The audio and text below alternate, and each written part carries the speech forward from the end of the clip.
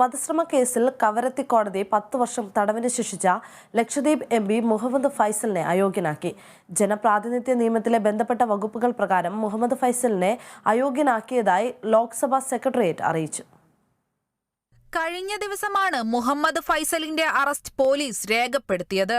10 വർഷം തടവിന് കോടതി ശിക്ഷിച്ചതിന് പിന്നാലെയാണ് പോലീസ് അറസ്റ്റ് രേഖപ്പെടുത്തിയത്.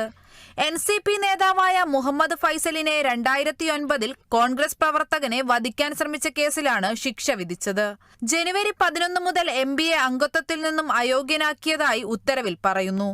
മുഹമ്മദ് ഫൈസൽ സഹോദരന്മാരായ അമീർ, പടിപ്പുരയ്ക്കൽ ഹുസൈൻ അടക്കമുള്ളവരാണ് ഹൈക്കോടതിയിൽ അപ്പീൽ നൽകിയത്.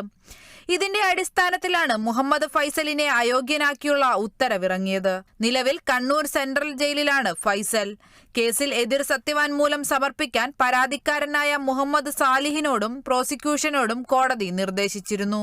അപ്പീലിൽ വിധി വരുന്നതുവരെ കവരത്തി കോടതിയുടെ ശിക്ഷ നടപ്പാക്കുന്നത് നിർത്തിവെക്കണമെന്ന MPയുടെ ആവശ്യത്തിന് ചൊവ്വാഴ്ച വിശദമായ വാദം കേൾക്കാമെന്നും ഹൈക്കോടതി വ്യക്തമാക്കി.